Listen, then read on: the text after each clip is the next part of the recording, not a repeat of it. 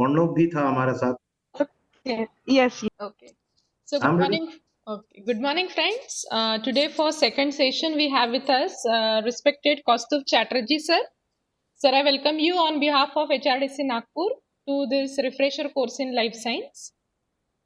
Friends, sir is a postgraduate in environmental science from Government Institute of Science, RT, Nagpur University. He is a gold medalist in postgraduate diploma in marketing and sales management as well as postgraduate diploma in business management from Mumbai. He is also postgraduate in environmental management and human resource development. Sir is founder of Green Vigil Foundation, a registered non-profit organization with expertise in environmental domain and vision of a shared sustainable future on the planet through education and mobilization of all stakeholder groups. Sir and his foundation have been honored with 60 local, national, and international awards for outstanding contribution towards environmental protection and sustainable development. Sir is having more than 24 years of experience in the field of environmental science, especially in water and wastewater treatment and environmental management. Presently, he is working as head operations at Reva Enviro System Private Limited, Nagpur, a very good reputed multinational environmental engineering company. As a team leader, he has designed, erected, and commissioned more than 100 wastewater treatment plants across the country and abroad. Sir has a very huge list of awards as well as honors. Sir is an advisor on environmental issues to Nagpur Municipal Corporation, a brand ambassador for Nagpur for Swachh Bharat Mission. Sir has been appointed as honorary advisor to NMC for Swachh Sarvekshan 2020. So with this brief introduction, sir, I once again welcome you and I request you to please discuss with the participants on the topic in quest for existence. Sir, please. Okay. Good afternoon, everybody. Good afternoon. So, good afternoon. First of all, one thing I always say when I take a lecture at Academic Staff College is I compare it with something like Indian cricket team. आप देखेंगे कि Indian cricket team में एक बड़ी अजीब सी बात है कि जो सिलेक्टर्स हैं वो खुद हार्डली 5 या 10 वनडे इंटरनेशनल मैच खेले होंगे, बट वो सिलेक्शन करेंगे प्लेयर्स लाइक सौरव गांगुली, राहुल द्रविड़, महेंद्र सिंह धोनी, विराट कोहली, सचिन तेंदुलकर. तो यहां भी ना मुझे कुछ वैसा लगता है कि आप लोग जो हैं, आप सब टीचर्स हैं, आप लोग इतने सालों से पढ़ा रहे हैं, तो you are all very well playing players, और उसको लेक्चर कौन ले रहा है? मेरा जैसा सिलेक्टर. सो आई फील कि ये आप लोग को मैं क्या बताऊंगा फ्रैंकली, बट एनवायरनमेंट मेरा डोमेन है, एनवायरनमेंट पे कुछ सालों से काम कर रहा हूं, सो आई फील कि मैं थोड़ा बोल सकता हूं. अगर कोई गलती हुई, अगर कोई चीज आपको नहीं पटी, अगर आपको नाराजगी हुई तो माफ कर दीजिएगा, बट मैं आपसे वही कहूंगा जो यथार्थ है, जो फैक्ट हो रहा है आज हमारे चारों तरफ. एंड सेकेंडली, ये ऑनलाइन के जो चल रहा है, मेरा शायद ये तीसरा या चौथा लेक्चर है इसी में. हमारी आदतें हैं आईपीएल ग्राउंड में होना चाहिए, वानखेड़े हो या ईडन गार्डन्स हो, आमने सामने. ये क्या हम दुबई में आईपीएल खेल रहे हैं खाली मैदान में बैठ के? बट एनीवे, कोविड ने तो हमको हमारी औकात दिखा दी है. तो चलिए हम आगे बढ़ते हैं आज के प्रेजेंटेशन में. The topic is in quest for existence, मतलब हमारे वजूद के खोज में. तो सबसे पहले मैं आपको एक फोटो दिखाना चाहता हूं. कैसे जाएगा? You can see this is a movie poster basically, जिसमें अक्षय कुमार जी जो थे वो पक्षी राजन के रूप में आए. वो पक्षियों से बहुत प्यार करते थे, मगर हमारे काम ह्यूमन इंटरफेरेंस के कारण जो मोबाइल से तरंगे निकलती हैं उसमें पक्षी मर रहे थे. एंड देन ही बिकम्स पक्षी राजन और सबके मोबाइल ले लेते हैं. आप नीचे में एक लाइन देख सकते हैं, the world is not only for human. This is the most important line. ये पृथ्वी सिर्फ इंसानों के लिए नहीं है। इसी को आगे बढ़ाते हुए जस्ट सोचिए, जस्ट इमेजिन, पक्षी राजन की तरह अगर एक दिन, एक सुबह वृक्ष राजन आ जाते हैं और आके सारे पेड़ों को बोलते हैं stop supply of oxygen to human race, oxygen देना बंद कर दो, क्योंकि ये हमें काटते हैं, ये हमें बर्बाद करते हैं, ये हमारी पूरे फैमिली को उजाड़ देते हैं वहां पे रास्ता बनाने के लिए, वहां पे मॉल्स बनाने के लिए। तो फिर हम क्या करेंगे? हमारे सर्वाइवल, हमारा वजूद इनके हाथों में, और फिर भी हम इस समूचे पृथ्वी का, इस ब्रह्मांड का, हम अपने आप को एक रचयिता समझ बैठे, जबकि हम रचयिता नहीं है। हम सिर्फ और सिर्फ एक छोटे से प्राणी है जो पूरे इकोसिस्टम का एक छोटा सा हिस्सा है।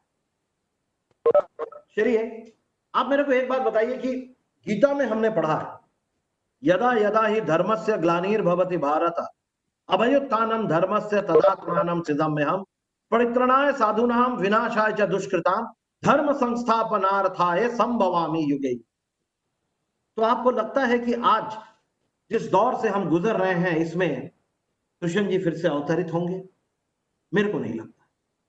तो ये जो है, ये दीवारों पे अच्छे लगते हैं, इनकी पूजा अर्चना करें, अगरबत्ती दिखाएं, विश्वास रखें, इनको देखते हुए हम एक अच्छे इंसान बने, मगर ये आज के दौर में शायद हमें बचाने के लिए नहीं आए। तो हमें कौन बचाएगा? Who will save us in this present situation from environment pollution and all this thing? The only person who can save us is the common man, अर्थात हम और आप। हम और आप ही हैं जो अपने आप को यहां से निकाल सकते हैं, बचा सकते हैं। चलिए शुरू करते हैं एयर पोल्यूशन से, the basics of air pollution. उसके पहले मैं आपको कुछ तथ्य देना चाहता हूं। 9 out of 10 people worldwide breathe polluted air. Just see the figure. 9 out of 10 people worldwide breathe polluted air. It causes 7 million premature death annually. 7 million. Just note it down. 4.3 million deaths are attributed to indoor air pollution from cooking. This is mostly in low and middle income countries. देखिए, हमको लगता है कि air pollution से बाहर है, पर हमारे घर के अंदर में भी एयर पोल्यूशन है।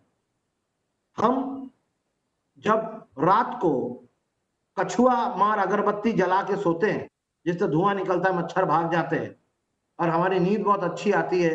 रिमेंबर, एक रात अगर वो कछुआ अगरबत्ती जली तो it is equivalent to smoking 1 pack of cigarette in that span. अब 10 सिगरेट पीने से आपको जितनी तकलीफ होगी वो एक कछुआ अगरबत्ती आपको कर रहा है, मगर उसके बाद भी हम अपनी सहूलियत के लिए हम वो करते हैं। कहने का मतलब है, और ये मैं नहीं कह रहा हूं, ये यूनाइटेड नेशन कह रहा है कि जो एयर पोल्यूशन है वो घर के अंदर भी उतना ही मौजूद है जितना घर के बाहर है। चलिए सबसे पहले हम बात शुरू करते हैं ग्लोबल वार्मिंग। ग्लोबल वार्मिंग की अगर हम बात करें, हम सभी जानते हैं कि ग्लोबल वार्मिंग मतलब टेम्परेचर बढ़ रहा है वगैरह वगैरह, सब जानते हैं। मैं एक डायग्राम के जरिए I will try to explain the basics of global warming. You can see this diagram, this drawing, जिसमें आप देख रहे हैं कि बेसिकली धरती है और सूरज है।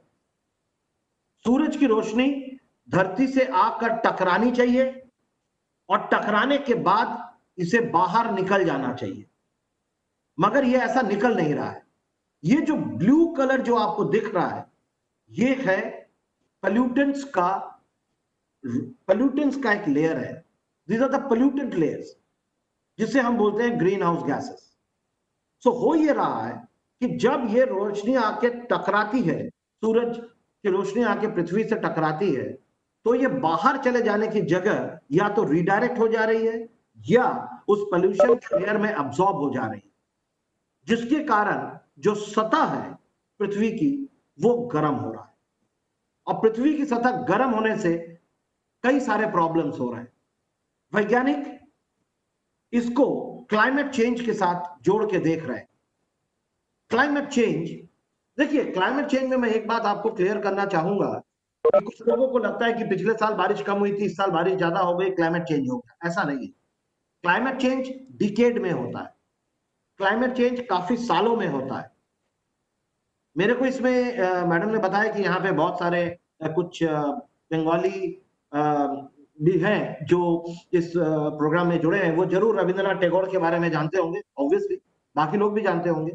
तो रविंद्रनाथ टैगोर ने एक पोएम लिखे थे, उसमें एक लाइन था कि हे चेरापुंजी एक टुकड़ो मेघ धार दीते पारो कि मोरू सहारार बुके। मतलब चेरापुंजी जहां बहुत बारिश होती थी, क्या आप थोड़े से बादल सहारा मरुस्थल को दे सकते हो? रविंद्रनाथ टैगोर ने ये अमीरी गरीबी के लिए लिखा था, बट अगर हम पर्यावरण के दृष्टिकोण से देखें तो चेरापुंजी में बहुत बारिश होती थी, सहारा मरुस्थल में नहीं होता था, तो क्या थोड़े से बादल चेरापुंजी दे सकते हैं सहारा मरुस्थल को? पर आज अगर रविंद्रनाथ टैगोर जी को पता चले, अगर वो आए, तो वो चौंक जाएंगे कि चेरापुंजी में बरसात कम हो गई है और सहारा मरुस्थल में बरसात शुरू हो गई है। ये क्लाइमेट चेंज। क्लाइमेट चेंज के जरिए आज क्या क्या नहीं हो रहा है, सबसे जो इंपॉर्टेंट पॉइंट है वो हम बाद में डिस्कस करेंगे, बाकी हम डिस्कस करते हैं। क्लाइमेट चेंज के कारण जलवायु परिवर्तन हो रहा है। आज हम नागपुर शहर में बैठे हुए हैं, आज सारे न्यूज़पेपर्स में आज का हेडलाइंस है कि अरे बाबा और कितना बारिश होगा भाई, हमारे सारे डैम्स फुल हो गए, हमारे पास पानी, अब अगर और 10 दिन बारिश चला तो हमें डैम्स खोलने पड़ेंगे। जबकि आज से अगर आप 7-8 साल 10 साल पहले देखेंगे तो हमारे यहाँ डैम्स भरते ही नहीं। पक्षियों के प्रजनन का समय बदल रहा है, फूलों के खिलने का समय बदल रहा है। ये सारी चीजें जो है वो क्लाइमेट चेंज के साथ लिंक हो रहा है। अब एक सवाल मैं आपसे पूछता हूं, एक बहुत अच्छा फोटोग्राफ दिखाऊंगा और आपको ये बताना है, और मैं आपको घड़ी देख के 1 मिनट समय दूंगा कि क्लाइमेट चेंज से इन दोनों सज्जनों को क्या प्रॉब्लम है। कोई भी अगर रिप्लाई देना चाहे, मैं देख रहा हूं, तुरंत आप इसको टाइप करके रिप्लाई दे सकते हैं। You have 60 seconds for it.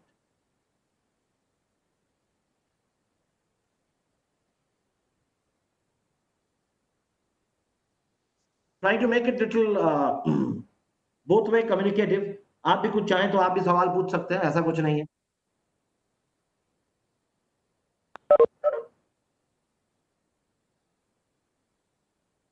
Madam, ये चैट बॉक्स इसी में दिखेगा कि अलग से जाना पड़ेगा? कोई अगर कुछ पूछ रहे हैं तो सर नीचे ही है, नीचे टैब्स है चैट्स का। आपके स्क्रीन पे शेयर स्क्रीन जहां से की थी ना सर, हाँ जी, उसी ही टैब के बाजू में आपको चैट का बॉक्स दिखेगा। ओके।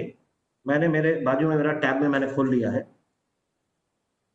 सर चैट में लिखा है मुंबई क्या विल ऑन। एलर्जी कोई लिख रहे हैं, they can not shoot in extreme climate. कोई डीसी, मेरा नाम तो नहीं पता, मेरे को सिर्फ इनिशियल्स दिख रहे हैं। नहीं, वैसा तो नहीं है, कर लेंगे शूट, क्या है, उनको एसी उसी लगा लेंगे। कोई कह रहे हैं वी करके कोई है, वो कह रहे हैं एलर्जी नहीं। हाँ, ये जो एसएम जो भी हैं, उन्होंने बिल्कुल सही कहा है कि क्लाइमेट चेंज का जो ये जो सबसे बड़ा ग्लोबल वार्मिंग का प्रॉब्लम है, वो ग्लोबल वार्मिंग, फुल पेज में ले चलो तो अच्छा रहेगा, फुल ये में आप। सुभाश्री मुजुमदार मैम ने बोला है, वो मुंबई विल ड्रॉन वाला। शुभश्री मैडम, ये रिपीट क्लास है। बिल्कुल सर, गुड बिल्कुल वन, ही गुड नहीं, वन, मैंने गुड यस वन। सर, आप तो इस पिच में पहले खेले हो यस मैडम, सर, आपको तो ईडन गार्डन्स यस का पिच सर। पता है, पहले खेले हैं आप इस मैदान में। Good, good, okay. चलिए, तो जैसा कि उन्होंने कहा है, सही कहा है, क्योंकि क्या होगा कि ग्लोबल वार्मिंग के कारण पृथ्वी के सतह का टेम्परेचर बढ़ रहा है, और सबसे भयानक जो हो रहा है वो हो रहा है कि आइस कैप मेल्ट हो रहे हैं, और आइस कैप मेल्ट होने से वो जो पानी है वो समुद्र में आ रहा है, जिससे समुद्र का लेयर ऊपर जा रहा है। तो एक अनुमान के अनुसार ये बोला जा रहा है कि 2050 तक, 2050, 30 साल बाद एक सिचुएशन ऐसा आएगा जैसे विश्व भर में काफी शहर या काफी देश जो समुद्र के तट पे हैं वो पानी के अंदर चले जाए। और अगर वो पानी के अंदर चले जाते हैं तो बंबई भी जाएगा। तो जब बॉलीवुड ही नहीं रहेगा तो फिर स्टारडम कहां रहेगा? कौन से खान और कौन से king Khan? Just a lighter part, but fact यही है कि आज काफी शहर, काफी देश की स्थिति आज काफी टेंशन में है, क्योंकि 30 साल के अंदर में अगर इस तरह से समुद्र का लेयर बढ़ता रहा तो हम मुश्किल में आ जाएंगे। ये निकाल के इसमें आप मेरे को चैट करा। चलिए, इसको रोकने के लिए सबसे ज्यादा क्या हो सकता है, वो है हमारे सामने है Paris agreement. What is Paris agreement? मैं आपको बता दूं कि पूरे विश्व में आज पेरिस एग्रीमेंट चल रहा है, पेरिस एग्रीमेंट की बात हो रही है। इसके पहले भी कई सारे एग्रीमेंट हुए, मगर सारे एग्रीमेंट, क्योटो प्रोटोकॉल के बाद कोई भी ऐसा एग्रीमेंट नहीं हुआ जिसमें सारे लोग सहमति जताए। क्योटो प्रोटोकॉल की अवधि 2012 में खत्म हो गया था, उसको फिर 2018 तक एक्सटेंड किया गया। उसके बीच में बहुत सारे कॉन्फ्रेंसेस हुए, कैनकन कॉन्फ्रेंस हुआ, कोपेनहेगन कॉन्फ्रेंस हुआ। कोपेनहेगन कॉन्फ्रेंस को मीडिया ने फ्लॉपेनहेगन कॉन्फ्रेंस बोला, क्योंकि उसमें जो developed countries and developing countries, उनके बीच में एक डिफरेंस आ गया and all this things. Now finally Paris agreement. Paris agreement was tabled on 22 अप्रैल 2016, वसुंधरा दिवस, अर्थ डे के दिन पे। इसमें 195 देशों ने हस्ताक्षर किए हैं और इंडिया ने भी इसमें 2 अक्टूबर 2016 में हस्ताक्षर किए। अब हस्ताक्षर करना अच्छी बात है, पर हस्ताक्षर करके इन्होंने क्या प्रॉमिस किया इंडिया ने, ये हमारे लिए देखना सबसे जरूरी है। ये कैसे हट सकता है? Paris agreement came into existence, एक सेकंड ना, ये थोड़ा सा, Paris Agreement came into existence in force from 4th November 2017 when nations according to 55 of world emission ratified it. Paris agreement में एक खासियत यह थी कि क्योटो प्रोटोकॉल में क्या हुआ, बहुत सारे देशों ने साइन कर दिए, पर बाद में देखा गया कि जो पोल्यूशन करते हैं सबसे ज्यादा यूएस ने साइन ही नहीं किया। तो ये थोड़ा सा ना आईपीएल की टीम हो गई, प्लेयर तो बहुत है पर खेलने वाले कम है। पर उससे इसलिए क्योटो प्रोटोकॉल की एक सबसे बड़ी कमी रही, जिस कारण से पेरिस एग्रीमेंट में यह निर्णय लिया गया कि पेरिस एग्रीमेंट तभी लागू होगा जब टोटल पोल्यूशन जो आज हो रहा है उसके 55% करने वाले देश इस पे हस्ताक्षर करेंगे। और 4 नवंबर 2017 को 55% तक पहुंचा गया और जिससे ये लागू हुआ पेरिस एग्रीमेंट। अब ये देख लेते हैं कि आज अगर हम ग्लोबल सिनारियो बोलते हैं तो कौन कितना प्रदूषण कर रहा है। प्रदूषण में हम एयर पोल्यूशन की बात कर रहे हैं। सबसे पहले चाइना है 29.4%, उसके बाद यूएस है 14.3%। Keep in mind Kyoto protocol में यूएस ने साइन नहीं किया था। Then European economic area 9.8 and then comes India 6.8। मतलब हम पोल्यूशन करने में चौथे पोजीशन पे आ रहे हैं। तो we are a major player. अगर हम इतना ज्यादा पोल्यूशन कर रहे हैं तो we are a major player. तो let's see what India has committed in Paris agreement. मेरे साथ में मैंने मेरा टैब भी ओपन किया, अगर किसी को कोई सवाल रहे, कोई कमेंट रहे तो आप इसमें कमेंट कर सकते हैं। मैं इसको देख रहा हूं, जहां तक पॉसिबल मैं लेने की कोशिश करूंगा। और साथ ही में आपके स्क्रीन पे एक सरकाजम है कि एक पोलर बियर कह रहा है कि आखिरी बचा हुआ है मेरे पास ice cap. Then he says okay Paris agreement आ गया है तो शायद हम बच जाएंगे। मगर इस पेरिस एग्रीमेंट में भी एक प्रॉब्लम है, क्योंकि हमारे डोनाल्ड ट्रंप साहब इससे बाहर जाना चाह रहे हैं। वो पेरिस एग्रीमेंट को बिल्कुल मानना नहीं चाहते हैं, एकदम मानना नहीं चाहते हैं। वो पेरिस ट्रीटी को उखाड़ फेंकना चाहते हैं। क्यों, मैं आपको बताता हूं। और वो कंटिन्यूअसली बोल रहे हैं कि पेरिस एग्रीमेंट एक बकवास है, क्योंकि क्लाइमेट चेंज एक हॉक्स है, क्लाइमेट चेंज है ही नहीं, क्लाइमेट चेंज का कोई प्रॉब्लम ही नहीं है। मगर सारे देश पेरिस क्लाइमेट पैक्ट में जा रहे हैं और हमारे ट्रंप साहब आज संपूर्ण रूप से अकेले पड़ गए। वो क्यों नहीं चाहते? बहुत सिंपल है। रीजन ये है कि अगर आप ग्लोबल वार्मिंग को कम करना चाहते हैं तो आप अपने इकोनॉमिक एक्टिविटी को थोड़ा कम करना पड़ेगा, क्योंकि आपके एमिशन को आपको कम करना है, कार्बन एमिशन को कम करना है, तो इकोनॉमिक एक्टिविटी को कम करना है। इकोनॉमिक एक्टिविटी को कम करोगे तो आपके कमाई में, आपके इकोनॉमी पे इसका इफेक्ट आएगा, और अगर आपकी इकोनॉमी पे इफेक्ट आएगा तो आप विश्व के मानचित्र से अफगानिस्तान और इराक जैसे देशों का नेस्तनाबूद करके मिटा कैसे सकते? तो he doesn't want.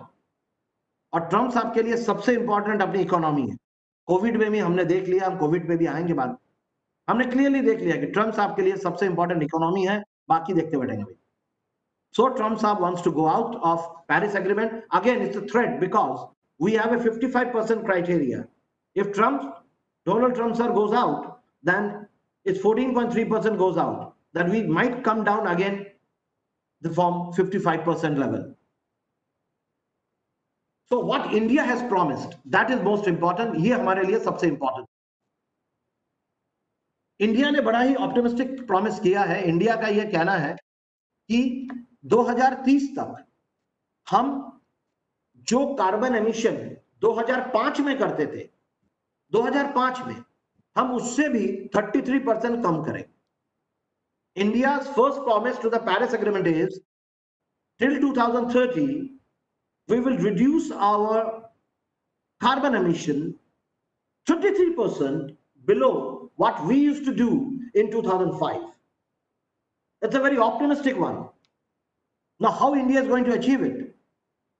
Here comes the second point. 40% of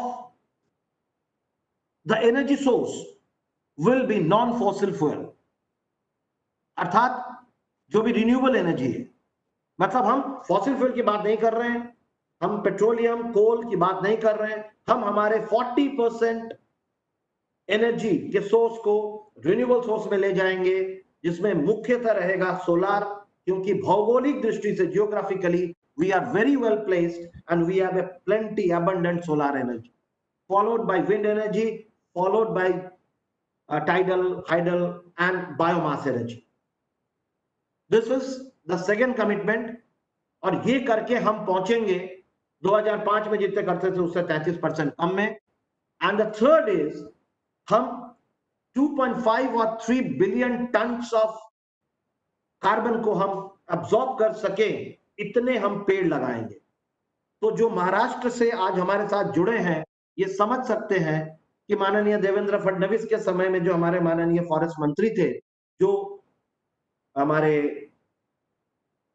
Mungantiwar साहब थे, उन्होंने जो निकाला था 2 करोड़ 11, 3 करोड़ 11 करोड़ 33 करोड़ प्लांटेशन, ये पेरिस एग्रीमेंट के लाइन पे ही लिया गया एक प्रॉमिस था कि हम इतने ज्यादा ग्रीन बेल्ट डेवलप करेंगे। सो नाउ सवाल ये उठता है कि वो तो सब करेंगे, पर 2015 से 2019 तक क्या वाकई में इंडिया ने कुछ किया है, या ये सिर्फ कस्मे वादे प्यार वफा के वादे हैं, वादों का क्या? अगर हम ये देखते हैं तो हम देखेंगे कि यस, इंडिया ने वाकई में किया है। क्या किया है? हमारा जो फॉसिल फ्यूल का जो शेयर था वो 69.8% से घट के 63.5% पे गया है। सो फॉसिल फ्यूल घट रहा है, that's a very good sign. And solar power की अगर आप कैपेसिटी देखेंगे तो इट्स वेरी गुड कि 1.5% से बढ़ के 7.4% हो। And India solar energy capacity which was 2.6 gigawatt in 2014 has increased to 31.1 gigawatt in 2019. And बाकी भी आगे के प्लान्स आप देख सकते हैं कि सोलार एनर्जी पे भारत वाकई में सीरियस है और वाकई में भारत इसको आगे बढ़ाना चाहता है। और between April 2018 to March 2019, just 1 year, India added about 9.3 gigawatt of renewable energy capacity to the grid, and this is more than installed coal-fired hydro capacity added 5.6. जहां 5.6 coal-fired hydro को किया, वहां पे 9.6 हमने renewable energy को किया है, and share of renewable energy overall has increased from 13.1% to 22.1%. तो थिंग्स आर पॉजिटिव अगर हम देखें तो। इससे यह लगता है कि जो सरकार ने वादा किया है पेरिस एग्रीमेंट को, उसको कोशिश कर रही है उसके तरफ बढ़ने की। अब हम आते हैं इस साल की यूनियन बजट। हमारा यूनियन बजट संपूर्ण रूप से पेरिस एग्रीमेंट के तरफ इशारा कर रहा है। पर्यावरण के एंगल में जो भी स्टेप लिया गया है यूनियन बजट में, आप क्लियरली देख सकते हैं कि वो पेरिस एग्रीमेंट को कामयाब करने के लिए ही लिया गया पूरा step. Firms operating old thermal power plants advised to shut unit if emission norms are not met। पहली बार भारत सरकार ने बजट में बोला है कि अगर आपका थर्मल पावर प्लांट पोल्यूशन कर रहा है तो आपको इसे बंद करना पड़ेगा, क्योंकि हमारे मैक्सिमम थर्मल पावर प्लांट में डीसल्फराइजेशन यूनिट नहीं है। हम जो कोयला यूज करते हैं उसमें सल्फर की मात्रा ज्यादा होती है, पर हम इसे डीसल्फराइजेशन यूनिट हमने लगाया नहीं है। बहुत सारे, नागपुर में भी 2-3 है, कहीं पे भी लगा नहीं है। Allocated 44 billion rupees of clean air initiative in cities over 10 lakh population, 1 million population। 44 billion rupees देंगे अगर आप क्लीन एयर के लिए कुछ करना चाहते हैं। And 4,400 crore to the state जो क्लीन एयर के लिए काम करना चाहेगा, towards honouring India's commitment made in Paris agreement. And renewable energy के लिए 20,000 करोड़ एलोकेट किया गया है। और उसी के साथ साथ 12,300 crore for Swachh Bharat mission. Will come to Swachh Bharat mission letter. और यही कारण था, ये हमारे नागपुर के जितने भी न्यूज़पेपर्स हैं जिसमें मंत्री शंत्री हैं, मैं भी हूं, जिन लोगों ने बजट की व्याख्या की है, मैंने हर पेपर में वही मैंने भी व्याख्या करी है कि ये पेरिस एग्रीमेंट को ऑनर करने का बजट है। सरकार ने प्रावधान कर लिया है कि हमने जो पेरिस एग्रीमेंट में बजट किया है, जो वादा किया है, उसको मैं पर्यावरण की बात कर रहा हूं। बाकी टैक्स वैक्स अलग है, वो मुझे समझता भी नहीं है, मैं उस पर बोलना भी नहीं चाहता हूं, सिर्फ पर्यावरण समझता है। But this budget is totally towards honouring Paris agreement. Now coming to the next problem, next topic today, the plastic pollution. Air pollution के बाद एक और प्रॉब्लम हमारे लिए globally, nationally, locally, the plastic pollution. Maharashtra में प्लास्टिक पे blanket ban लाया गया 23 मार्च 2018। लेटर इसको 3 महीने के लिए एक्सटेंड कर दिया। But I am very sorry to say कि जो प्लास्टिक बैन जो हुआ था महाराष्ट्र में, वो संपूर्ण रूप से फेल्योर है। आगे हम देखते हैं। तो सबसे पहले हम ये जानना चाहेंगे कि प्लास्टिक बैन क्यों, why what is the problem with plastic. Number 1, plastic is non biodegradable. Plastic degrade नहीं होता है, माइक्रोबियल एक्टिविटी उसके ऊपर हो नहीं सकती है। हमारे साथ बहुत सारे माइक्रोबायोलॉजिस्ट जुड़े हैं, जूलॉजिस्ट जुड़े हैं, वो जानते हैं, मेरे से बेहतर जानते हैं कि प्लास्टिक नॉन बायोडिग्रेडेबल है। 20% ऑफ द सॉलिड वेस्ट जो हमारे घरों से जनरेट होता है वो प्लास्टिक होता है। प्लास्टिक सीवर लाइंस को चोक करता है। एक मूवी बनी थी तुम मिले, इमरान हाशमी जी की, बॉम्बे फ्लड्स के ऊपर में, जिसमें देखा गया कि मैक्सिमम सीवर लाइंस जो है, वो जो प्लास्टिक की पन्नियां हैं, वो जाके उसको चोक कर दी। हमारे समुद्र में भारी मात्रा में माइक्रो प्लास्टिक्स 5 mm से छोटे साइज के पहुंच चुके हैं। और एक प्रॉब्लम जो होता है, ये मानवता के दृष्टिकोण से जो बड़ा प्रॉब्लम है कि हम गौ माता को जब खाना खिलाते हैं और हम प्लास्टिक के सहित ही खाना दे देते हैं, उन्हें नहीं समझता है, वो प्लास्टिक के सहित खा लेते हैं और बाद में उनकी मौत हो जाती है। हमने ये देखा है और बहुत ही दर्दनाक ये सिचुएशन होता है कि कोई गाय अगर मरी, उसके पोस्टमार्टम के बाद उसके पेट से, आप यकीन नहीं मानेंगे, 5 से 10 किलो प्लास्टिक निकलता है। हमने अपने आंखों से देखा है। दर्दनाक ये सिचुएशन है। हम पूजा करते हैं, गौ माता कहते हैं, खाना खिला के पुण्य करते हैं, और हम प्लास्टिक में उन्हें खाना देते हैं। कुछ फैक्ट्स आपके सामने प्लास्टिक के लिए globally. 500 billion plastic bag used each year. See the figure, 500 billion plastic bags used each year. 13 million tons of plastic leak into ocean each year. 17 million barrels of oil used on plastic production each year. अगर आप plastic production को कम करेंगे तो आप oil consumption कम करेंगे, तो again आप fossil fuel की तरफ से थोड़ा सा दूर हटेंगे। 1 million plastic bottles bought every minute.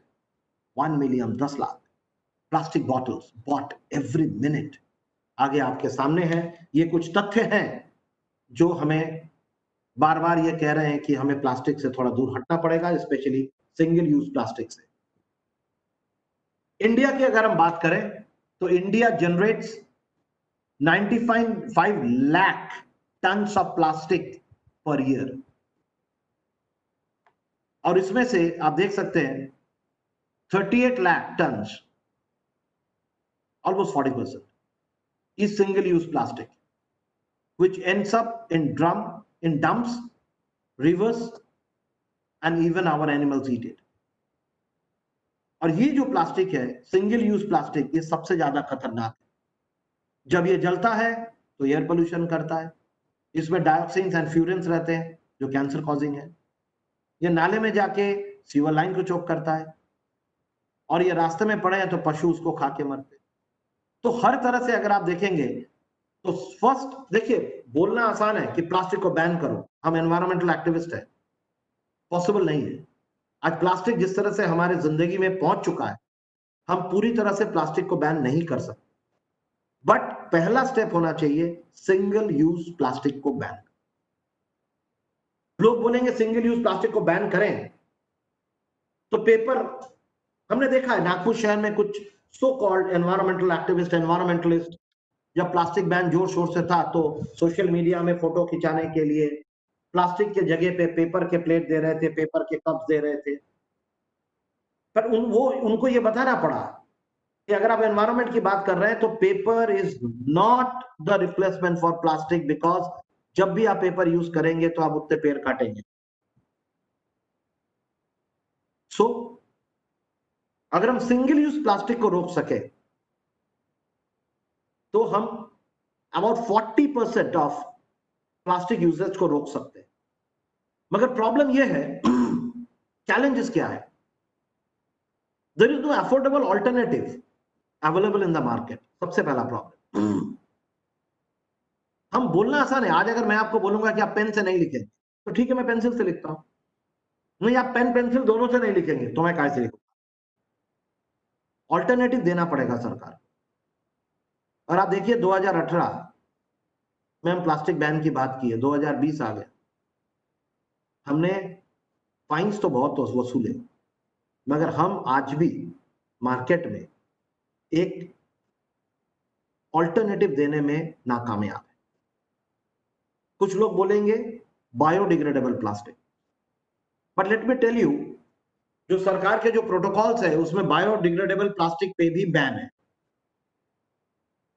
और बायोडिग्रेडेबल प्लास्टिक मेरे हिसाब से is not the solution for common man, because एक प्लास्टिक बैग जो 25 पैसा होता है कीमत, बायोडिग्रेडेबल प्लास्टिक बैग लेंगे तो 2 रुपए, और भारत जैसा देश इसको अफोर्ड नहीं कर पाए।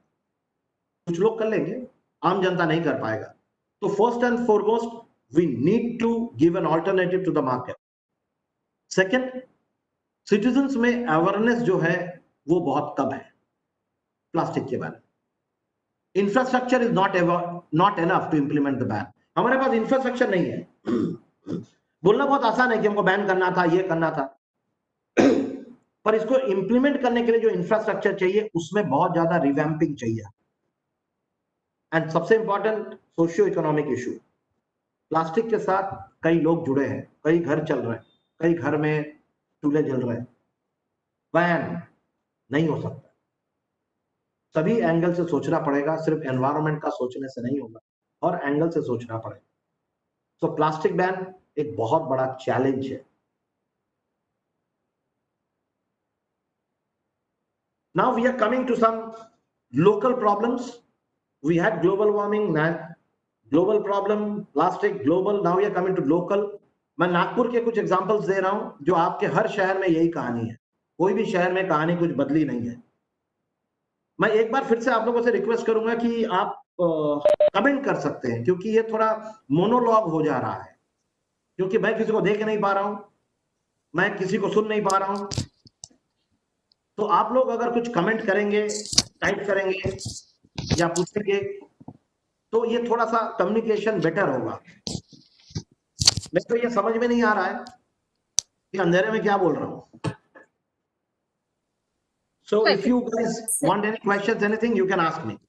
Yes, sir. ठीक, सेशन अच्छा जा रहा है. You can continue. Okay. So it's going well. Yes. Okay, thank you. तो इतना तो लिख दीजिए भैया, थोड़ा देख लेंगे, समझ में आएगा, कोई सुन रहा है, अच्छा लग रहा है। Okay, chat पे हमको भी नहीं समझ रहा है, हम तो हवा में बात कर रहे हैं। पार्टिसिपेंट्स आप बीच-बीच में थोड़ा चैट करके सर से पूछिए और you can give your comments so that sir उससे can. क्या होता है, थोड़ा सा पता चलता है। Yes, yes, yes, sir. नहीं तो क्या लगता है, पूरा होने के बाद प्रीति मैडम बोलेंगे सर वो डिस्कनेक्ट हो गया था, नहीं किसी सर, ने नहीं नहीं सुना, ऐसा आप 1 घंटा ऐसे ही बोलते रहे। नहीं सर, ऐसा कोई प्रॉब्लम नहीं. It is going well. Yes, sir.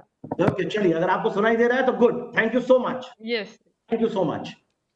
चलिए अब हम आते हैं लोकल में। लोकल में कल्पना घोषाल मैडम ने अभी एक कमेंट किया। ओके फाइन, कल्पना घोषाल मैडम तो शायद मेरी फेसबुक फ्रेंड भी है। ये शायद हम कहाँ गए थे, नॉट गडचिरोली, ये गोंडिया साइड में है। Right right, okay. लोकल में हम आते हैं, सबसे पहले हम आते हैं lakes and water bodies. Great. एक पहला सवाल, ये देखिए हमारे सब लेक्स आज के, डल lake Kashmir, Hussain Sagar lake, Fateh Sagar lake और हमारे नागपुर के फुटाला लेक और गांधी सागर लेक। तस्वीर आपके सामने है, इसको कुछ बताने की जरूरत नहीं है। Who killed our water bodies? किसने हमारे वाटर बॉडीज को खराब किया? Shame on us, it's we, हम लोगों ने किया। कैसे? हमने क्या किया? Discharge of untreated sewage. आप देखिए कि किसी ने डीसी, किसी ने लिखा बायोप्लास्टिक और tissue bag could be a solution. Tissue bag could be, but bioplastic no, because plastic, biodegradable plastic पे भी बैन लगाया है सरकार ने। अगर आप प्रोटोकॉल देखेंगे उस पे भी बैन है, बायोडिग्रेडेबल प्लास्टिक पे भी बैन है फिलहाल। अगर हम लेक्स को देखते हैं तो सबसे ज्यादा जो हमारा प्रॉब्लम होता है वो होता है कि हम अनट्रीटेड सीवेज को हम डिस्चार्ज कर रहे हैं। आप आपके शहर में देखिए, कोई भी एक लेक होगा, उसके आजू बाजू में कुछ बस्तियां अपने आप बन जाती है जो अनधिकृत है, अर्थात इलीगल है, और वहां से जो सीवेज निकलता है उसे हम सीधे उस लेक में डाल देते हैं।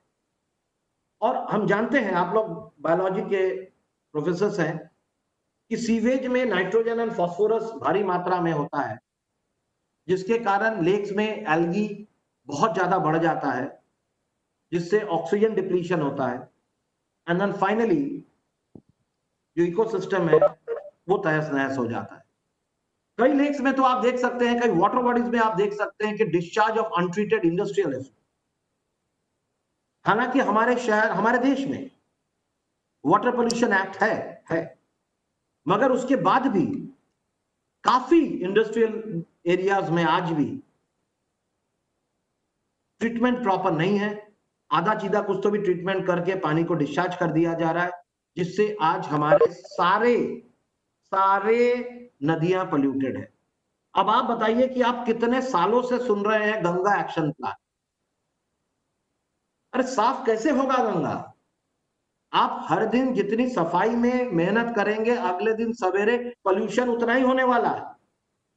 तो जब तक आप पोल्यूटेंट जो पोल्यूशन कर रहे हैं वहां तक नहीं पहुंचेंगे तो जिंदगी भर आप गंगा साफ करते ही रहेंगे। मुन्ना भाई भी हमने देखा था, वो पिक्चर में अच्छा लगता है कि एक आदमी थूकता है आप पोंछते हैं, एक आदमी थूकता है आप पोंछते हैं, वो शर्मा जाएगा, वो नहीं थूकेगा। यहां नहीं होगा, यहां आप साफ करते रहेंगे, खर्चे करते रहेंगे, लाखों करोड़ों रुपए आप खर्चा करेंगे। अब एक मुद्दा, बहुत इंपॉर्टेंट मुद्दा है कि we have water pollution act and we have pollution control boards. Delhi में उनका head office central pollution control board, we have state pollution control boards, but फिर भी इंडस्ट्रियल वेस्ट वाटर कैसे हमारे वाटर बॉडी में पहुंच रहा है? And pollution control board people have a super power, they can enter to your industry anytime, they can take sample, they can analyze in your lab, and whatever they say are the brahma vakya, whatever they say is the Bible। यही सही है। And उनके पास power है आपके industry को बंद करने की। उसके बाद भी मैं एक एनवायरमेंटल एक्टिविस्ट, एक आम आदमी, जैसे मैंने पहले कहा था, होने के नाते मैं पूछ रहा हूं कि अगर ये सारी चीजें सिस्टम में हैं तो इंडस्ट्रियल वेस्ट वाटर हमारे नदियों तक कैसे पहुंच रहा है? क्यों हमें इतना ज्यादा Ganga action plan and Yamuna action plan लग रहा है? ये सवाल आम आदमी को उठाना है। तीसरा point, immersion of idols in water bodies. हम सभी जानते हैं अभी महाराष्ट्र में गणपति जी विराजमान है। अगला स्लाइड पे देखते हैं। डंपिंग ऑफ सॉलिड वेस्ट, उठा के डाल देते हैं। Multiple use of water bodies. DC sir कह रहे हैं कि there are loophole always. वही तो सर, लूप होल्स क्यों लूप होल्स जब इतना सिस्टम अपने जगह पे है? और ये जो लूप होल्स हैं, जो पहरेदार हैं उनके लिए भी अच्छा है और जो गलत कर रहे हैं उनके लिए भी अच्छा है। तो लूप होल्स को कौन ढकेगा? हम और आपके जैसे आदमी ढकेंगे, क्योंकि नदियां हमारे देश की खराब हो रही हैं, तालाब हमारे शहर के खराब हो रहे हैं। एक फोटो मैं आपको इसका अगला दिखाता हूं। Photo is self explanatory. ये देखिए, हम ये चाहते हैं, हम ये कर रहे हैं, इसमें हमारी आस्था है, इसमें हमारा विश्वास है। एज बिकॉज हमारे साथ बहुत सारे बंगाली पार्टिसिपेंट्स हैं, मैं एक बात यहां पे बोलना चाहूंगा कि गणपति बप्पा आते हैं, घरों में विराजते हैं और लोग ले जाके विसर्जन करते हैं। गणपति विसर्जित होते हैं, साथ में छोटा सा मूषक विसर्जित होता है। मगर हमारे बंगालीज का आप देख लीजिए, ऑन ए लाइटर पार्ट, हमारी देवी मां आती है अक्टूबर के महीने में, अकेले नहीं आती है, पूरे परिवार के साथ आती है। अब आप बताइए कि सदियों से, जब से देवी मां आ रही हैं, उनको आना है और महिषासुर को मारना है। तो भैया महिषासुर, तेरे को तो हर बार मरना है। पर असल में क्या है, आजकल ये पावर शो हो गया है। देवी मां की मूर्ति भी बड़ी हो गई है, दिन पर दिन उनका शेर भी बड़ा होते जा रहा है। चलो यहां तक मानते देवी मां है, पर वो महिषासुर, उसको तो हर बार मरना ही है ना रे। और महिषासुर भी आजकल जॉन अब्राहम जैसा बॉडी लेके आता। अब देखिए, और उसका भैंस जिसके ऊपर बैठ के आता है, वो भैंस भी दिन पर दिन बड़ा होते जा रहा है। पर ये सारे लोग विसर्जन में तो नदी में ही जाएंगे, तालाब में ही जाएंगे। हम छोटा क्यों नहीं कर सकते? नहीं नहीं, हमको छोटा कैसे करेंगे? बाजू वाले ने बड़ा किया ना, मंडल ने, हम कैसे छोटा करेंगे? और देवी मां अपने साथ बच्चों को भी लाएंगी। कार्तिक, गणेश, लक्ष्मी देवी और सरस्वती देवी, सबके अपने अपने वाहन हैं। मतलब एक दुर्गा पूजा मतलब कम से कम 10 से 11 मूर्तियों का विसर्जन। हम कभी नहीं सोचेंगे कि हम इसको थोड़ा स्केल डाउन करें। सरकार ने पूरी कोशिश करी, लोगों ने कोशिश करी, एनजीओ ने करी, कोई नहीं सुना। और एक वायरस ने कर दिया। इस साल देखिए गणपति उत्सव कितना छोटा हो गया। जब तक हमारे पे नहीं आई, हम नहीं माने। अब हमारे पे आ गई, हम मान गए। हमने सब कुछ स्केल डाउन कर दिया। नागपुर शहर में गणपति विसर्जन में बड़ा अच्छा स्टेप लिया गया है। मैं चाहता हूं कि ये अनुकरणीय है, जो कि पूरे देश में होना चाहिए। पीछे में आप देख रहे हैं एक तालाब है जो नागपुर का सबसे हिट तालाब है, फुटाला लेक। मुझे मालूम नहीं, मैडम देवची मैडम अभी आई थी नागपुर में, शुभश्री मैडम फुटाला लेक गई थी कि नहीं गई थी? तो नागपुर में ऐसे आर्टिफिशियल टैंक्स लगाए जाते हैं नागपुर महानगर पालिका की तरफ से, और जिसमें बप्पा का विसर्जन होता है। और ये जो ग्रीन टोपी वाले लोग दिख रहे हैं, ये हमारे वॉलंटियर्स हैं। हम लोगों को, हम निर्माल्य कलेक्ट करते हैं कि निर्माल्य आप तालाब में ना डालें, आप निर्माल्य को निर्माल्य कलश में डालें, जिससे नागपुर महानगर पालिका बाद में कंपोस्टिंग करेंगे। और मूर्ति का विसर्जन आप कृत्रिम तालाब में करिए। और जब एक आम आदमी रास्ते पे खड़े होकर काम करता है तो प्रशासन उसकी मदद करते हैं। आप देख सकते हैं कि पिछले साल के फोटोग्राफ्स हैं। हमारे माननीय कलेक्टर सर अश्विन मुदगल जी आए हुए हैं, साथ में मैं हूं। जो लोग मुझे सिर्फ फोटो में देख रहे हैं वो देख सकते हैं कि मुदगल साहब जिस व्यक्ति के कंधे पे हाथ रखे हैं वो मैं हूं। आम आदमी काम करेंगे तो प्रशासन जरूर आपको साथ देता है। यहां देख सकते हैं कि हमारे नागपुर के महापौर नंदा जिचकार जी, और ये जो एक लंबे से भाई साहब दिख रहे हैं, ये हैं श्री अभिजीत बांगर, नागपुर के कमिश्नर। इन्होंने पिछले साल पूरा बदलाव लाया नागपुर शहर। कभी कभी मैं सोचता हूं कि ये आईएएस ऑफिसर है कि ये एनवायरमेंटल एक्टिविस्ट है। हम साथ में मिलके, हम क्या मिलके वो कर रहे थे, हम पीछे थे। नागपुर में सीमेंट रोड जब बना तो काफी पेड़ चोक हो गए, चारों तरफ से सीमेंटिंग कर दिए। इस शख्स ने, अभिजीत बांगर जी ने, नागपुर में 10,000 पेड़ों को डीचोक किया।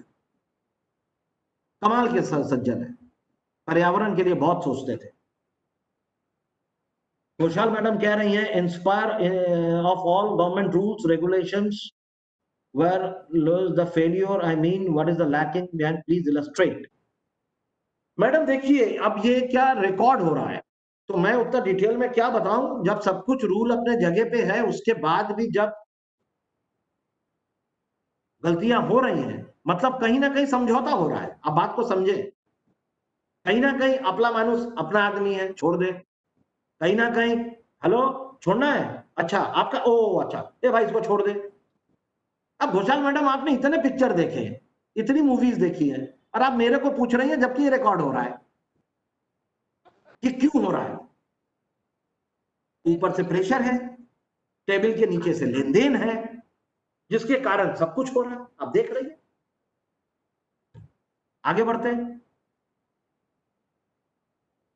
ये हमारी टीम है जो हर गणपति विसर्जन में हम लोग फुटाला तालाब में रहते हैं, बस लोगों को ये बताने के लिए कि आप इको फ्रेंडली गणेश विसर्जन करें। मगर इतना एफर्ट करके भी होता क्या है, विसर्जन के बाद आप देख सकते हैं क्या हालात है हमारे तालाबों का। Very good initiative sir. In our Pimpri Chinchwad also there is Ganesh Talab where they make a small representative smaller pond and immersion of Ganesh idol done by our ancestors। wonderful sir, wonderful sir, very good।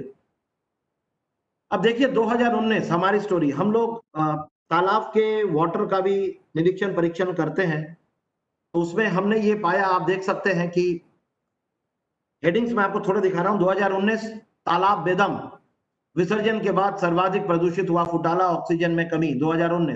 2019 में Times of India, Futala like hit hard by idle immersion again. 2018 Futala सलाइन वर। 2017 बचा नहीं पाए तालाबों को, oxygen का प्रमाण हुआ कम, Dainik Bhaskar. 2017 immersion of times of India, immersion effect, Futala versions. 2016 घट रही है फुटाला में ऑक्सीजन की मात्रा। 2015 मठमैला पानी हुआ विषैला। 2015 में ही मेरा एक इंटरव्यू, मैंने बोला था कि आज जो हो रहा है, मूर्तियों का हाइट जो कम किया जा रहा है, वो मैंने 2015 में बोला था कि मूर्तियों के हाइट को कम किया जाए, जिससे पोल्यूशन लेवल को हम कम कर सकते हैं। और मैंने ये भी कहा था कि टैक्स फॉर विसर्जन in lakes will be strong deterrent, मतलब महानगर पालिका को फिक्स कर देना चाहिए 4 फीट 5 फीट, उसके ऊपर जाएंगे आप तो आपको एक्स्ट्रा पेमेंट करना पड़ेगा, और वो पेमेंट महानगर पालिका के पास रहेगा तो वो लेक साफ करने के लिए काम आए। तो ये रहा हमारे तालाबों की कहानी। इसके बाद हम आते हैं स्वच्छ भारत मिशन। स्वच्छ भारत मिशन में ये तो हम सभी जानते हैं, गीला कचरा सूखा कचरा, इसके बारे में मैं कुछ ज्यादा बोलना नहीं चाहता हूं, आप सब जानते हैं, समय कम है। स्वच्छ भारत स्वच्छ सर्वेक्षण रैंकिंग जो है, ये 2016 से शुरू हुआ, जब 73 सिटीज में हुआ। 2017 में 434 सिटीज में हुआ। 2018 में 4203, बढ़ते ही जा रहा है। और ठीक एक हफ्ते पहले 20 तारीख को गणपति जी बैठे 20 को, उसके 2 दिन पहले थर्सडे को स्वच्छ सर्वेक्षण का रिजल्ट आया। और ये हम चर्चा करेंगे। उसके पहले स्वच्छ सर्वेक्षण क्यों किया गया और ये स्वच्छ भारत मिशन का ऑब्जेक्टिव क्या है। उसमें से 2 ऑब्जेक्टिव है। पहला है कि all citizen should participate of the nation, all citizens should participate, and then ensure sustainability of initiative taking towards garbage free and open defecation free city. शहर को गार्बेज फ्री करना है और खुले में शौच ओपन डेफिकेशन फ्री करना है। 3 ऑब्जेक्टिव्स, शहर को गार्बेज फ्री करना है, शहर को ओपन डेफिकेशन फ्री करना है और हर भारतीय इसमें भाग लेगा। ये थी उम्मीद और ये है ऑब्जेक्टिव। अब इसमें हम नागपुर स्टैंडिंग की बात कर रहे हैं। 2015 में नागपुर 256 रैंक पे था। 2016 में सिर्फ 73 सिटीज ही का हुआ था, तो हम 20 पे आए थे, वो हम नहीं करते चर्चा। एंड 2017 में नागपुर 137 एंड 2018 में 55, 2019 में अब देखिए 4200 के ऊपर लोग हैं, नागपुर 58, और इस साल नागपुर ने बेहतरीन किया है और 10 लाख से ऊपर वाले पॉपुलेशन वाले शहरों में नागपुर 18th रैंक पे आया है। अभी तक का नागपुर का बेस्ट रैंक है। हालांकि 2016 में नागपुर 20वें पोजीशन पे था, पर सिर्फ 73 सिटीज थे, पर अभी 4242 सिटीज हैं, जिसमें 10 लाख से ज्यादा पॉपुलेशन वाले शहरों में नागपुर 18वें रैंक पे आए। अगर नागपुर के मार्क्स हम देखेंगे, इसके स्वच्छ सर्वेक्षण के 4 बेसिक कैटेगरी होता है। पहला होता है डायरेक्ट ऑब्जर्वेशन। डायरेक्ट ऑब्जर्वेशन से दिल्ली से टीम आती है और वो आके आपके शहर को देखती है, डायरेक्ट ऑब्जर्वेशन, उसके ऊपर मार्क्स देती है। कुछ लोगों का कहना होगा वो तो सेटिंग वोटिंग होता है, क्या नहीं होता, क्योंकि जो टीम आती है उनको भी नहीं मालूम है कि आज कहां जाना है। जब वो पहले स्पॉट पे जाते हैं और वहां का डेटा अपलोड करते हैं, तो उनको इंस्ट्रक्शन आता है कि सेकंड कौन से स्पॉट पे, तो सेटिंग वोटिंग नहीं चलता है। दूसरा, सिटीजन फीडबैक। कहां जाना है वो पता नहीं है, जहां जाएंगे वहां जो भी मिलेगा उसको पूछेंगे, उनके कुछ सेट क्वेश्चंस है। और डायरेक्ट ऑब्जर्वेशन में वो क्या देखते हैं, आपके शहर के रास्ते देखते हैं, नदी तालाब देखते हैं, railway station, airport, bus stand देखते हैं, कम्युनिटी टॉयलेट देखते हैं, पब्लिक टॉयलेट देखते हैं, यूरिनल्स देखते हैं। सुबह 5 बजे निकलते हैं, रेलवे की पटरी में देखते हैं कि लोटा लेके कितने बैठे हैं, क्योंकि आपको ओपन डेफिकेशन फ्री हुआ कि नहीं हुआ। सिटीजन फीडबैक इसी लाइन पे लोगों से पूछा जाता है। Then service level progress. Service level progress मतलब पिछले 1 साल में आपने कितना प्रोग्रेस किया, आपने क्या वादा किया था और आप उसमें क्या कर पाए। And then come certification. Certification में है, एक है open defecation free, ODF, ODF plus, ODF plus plus,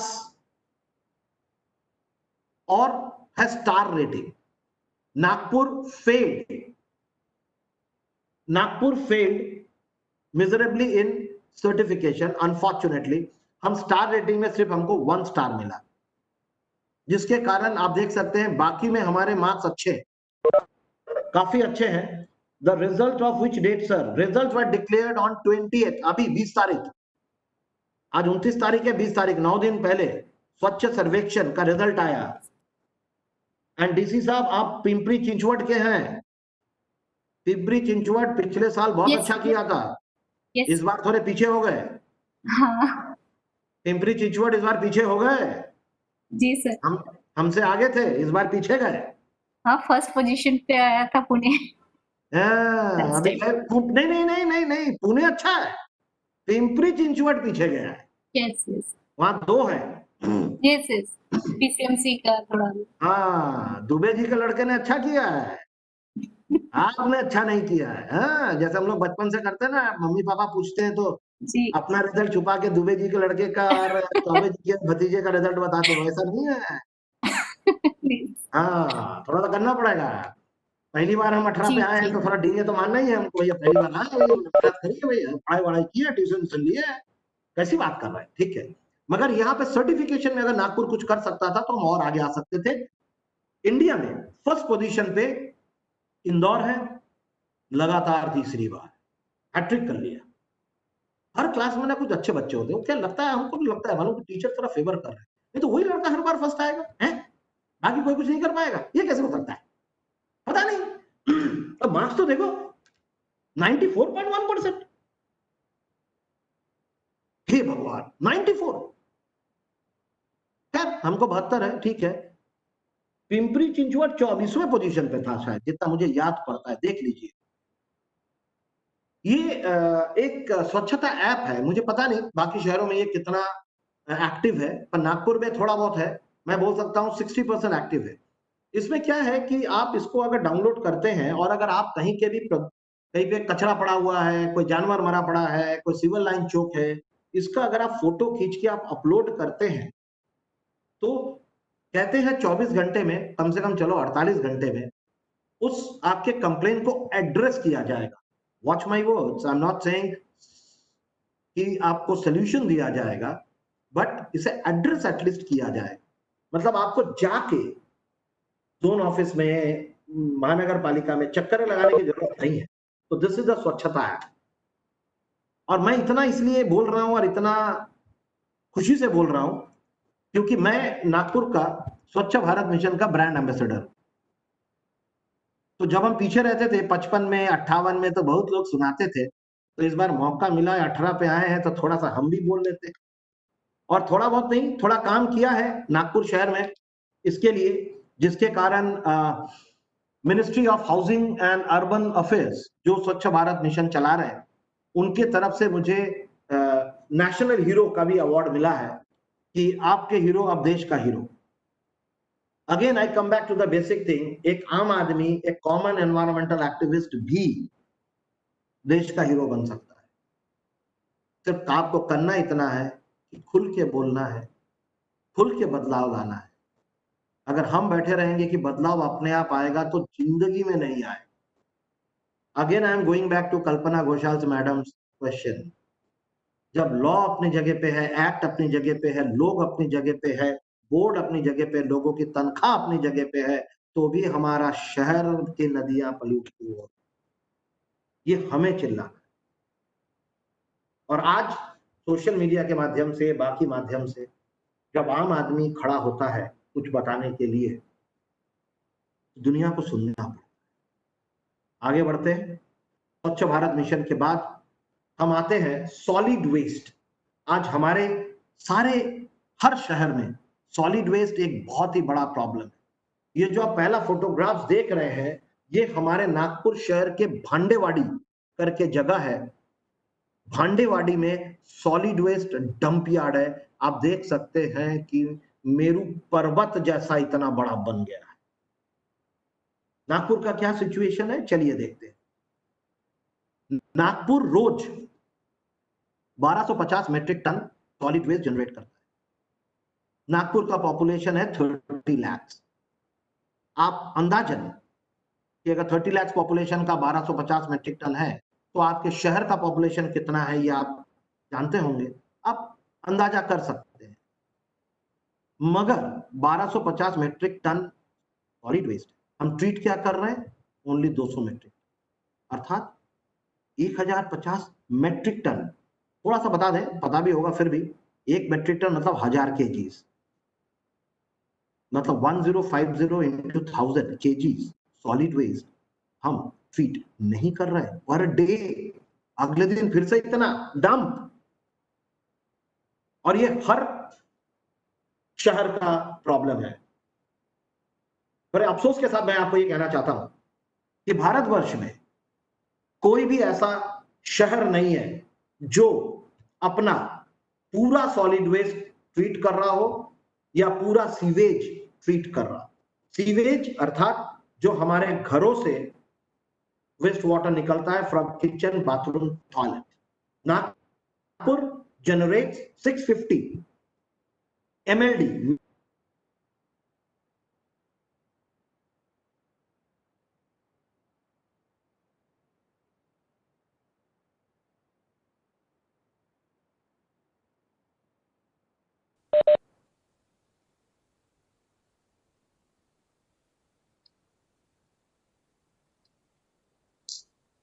I think sir का पोअर कनेक्शन हुआ है, हाँ कनेक्शन का प्रॉब्लम। अर्थात जो सीवेज है वो कोई नदी नाले से बह के ही जाएगा, और जो सॉलिड वेस्ट है वो हम डंप कर रहे हैं। ये आप देख सकते हैं, ये एक चार्ट मैंने बनाया था 2013 से लेके 2012 से लेके 2019 तक, और उसी में मैंने पाया कि नागपुर में 2012 से लेके 2019 तक 24,61,250 metric ton solid waste dump है। तो we are living on a ज्वालामुखी। ऑफन इन समर डेज यहाँ पे आग लग जाती है, और जब आग लग जाती है तो उसके आसपास में जो लोग रह रहे हैं उनका जीना दूभर हो जाता है। Visibility get reduce to 1 metre. हम गए हैं, हम सॉलिड वेस्ट के अंदर डंप यार्ड में घुसे, जब आग लगी है उस आग को कंट्रोल करना इम्पॉसिबल हो जाता है। हमारे नागपुर शहर में जो स्वास्थ्य अधिकारी है, बड़े अच्छे व्यक्ति है, डॉक्टर प्रदीप दासरवार, 12-12 घंटे वो उस आग के अंदर में, उस धुएं के अंदर में खड़े होकर उसको कंट्रोल करते। ये डंप लगने क्यों देते? Every city should have a proper solid waste treatment. और आज स्वच्छ भारत में इंदौर नंबर 1 पे है। वो भी 100% नहीं कर रहा है, पर बहुत अच्छा कर रहा है, नो डाउट। इंदौर है, सूरत है, भोपाल है, they are doing good. This is a man made disaster basically. आज सॉलिड वेस्ट जो जनरेट होता है, हम बोलते ड्राई वेट वेस्ट का हम ट्रांसपोर्ट करेंगे, फिर हम कंपोस्टिंग करेंगे, मैनुअल बनाएंगे, मगर ड्राई वेस्ट का क्या? ड्राई वेस्ट को रिसाइकिल करेंगे, उसके आगे क्या? One option could be generation of electricity. Jabalpur में एक प्लांट लगा है, हिटाची ने लगाया है, जिसमें इलेक्ट्रिसिटी जनरेट हो रहा है। This is one of the option. There could be many options. But अगर कोई बोलेगा कि हम पूरे सॉलिड वेस्ट का हम कंपोस्ट बनाएंगे, तो बन नहीं पाएगा। कंपोस्ट अर्थात क्या है कि माइक्रोबियल पॉपुलेशन उसके ऊपर एक्ट करके उसको कंपोस्ट बनाए। तो जो सॉलिड वेस्ट में जो ड्राई वेस्ट है, जो प्लास्टिक है एंड ऑल दिस, वो तो डिग्रेड होगा ही नहीं। तो सबसे पहले क्या चाहिए? Segregation of. सेग्रीगेशन आपको घर पे करना है। घर पे आपको सेग्रीगेट करना है dry waste, solid waste, dry waste, wet waste. Wet waste से कंपोस्टिंग बनेगा, ड्राई वेस्ट पहले रिसाइकिल होगा, जितना हो सकता है रिसाइकिल कर दो, जो रिसाइकिल नहीं होता है उसको आपको ट्रीटमेंट करना। अब ये जो ड्राई वेट वेट वेस्ट का जो सेपरेशन है, ये कौन करेगा? ये कॉमन आदमी करेगा, मेरे जैसा, आपके जैसा आदमी। तो इनको जाके बताना पड़ेगा। कौन बताएगा? हम और आप बताएंगे। वही हम कर रहे हैं, आप देख सकते हैं फोटो में। मार्केट प्लेस में जाके हम बताते हैं कि भैया ड्राई वेस्ट सॉलिड वेस्ट अलग कर भाई, क्योंकि अगर यहीं से मिक्स हो जाएगा तो बाद में तो सेपरेट हो ही नहीं पाएगा। नॉट ओनली मार्केट प्लेस, घरों में जाके लोगों को बताते हैं कि ये आपके ड्राई है, ये आपका वेस्ट है, आप 2 टंकी में अलग अलग रखिए। क्योंकि अगेन आई कम बैक, बस्तियों में जाके हम बताते हैं। हर जगह गए हैं हम, मार्केट में गए हैं, मछली मार्केट में, भाजी पाले मार्केट में, हर जगह पे जाके हम बताते हैं कि ड्राई वेस्ट वेट वेस्ट को सेपरेट करिए। मैं आपको बताना चाहूंगा अगेन, हमारे एक्स कमिश्नर श्री अभिजीत बांगर जी, जिन्होंने यहाँ पे पहले एक ही पार्टी पूरे घरों का कचरा सॉलिड वेस्ट कलेक्ट करती थी, उन्होंने इसको 2 पार्टी में डिवाइड किया कि आधा नागपुर एक जन करेंगे, आधा नागपुर एक जन करेंगे। हर गाड़ी में पार्टीशन है, dry solid, dry waste wet waste. और उसके साथ उन्होंने एक अलग से बॉक्स भी लगवाया है घरों से निकलने वाला बायोमेडिकल वेस्ट, सैनिटरी नैपकिन्स वगैरह। तो प्रशासन सच है, हमें सेग्रीगेट करके देना है।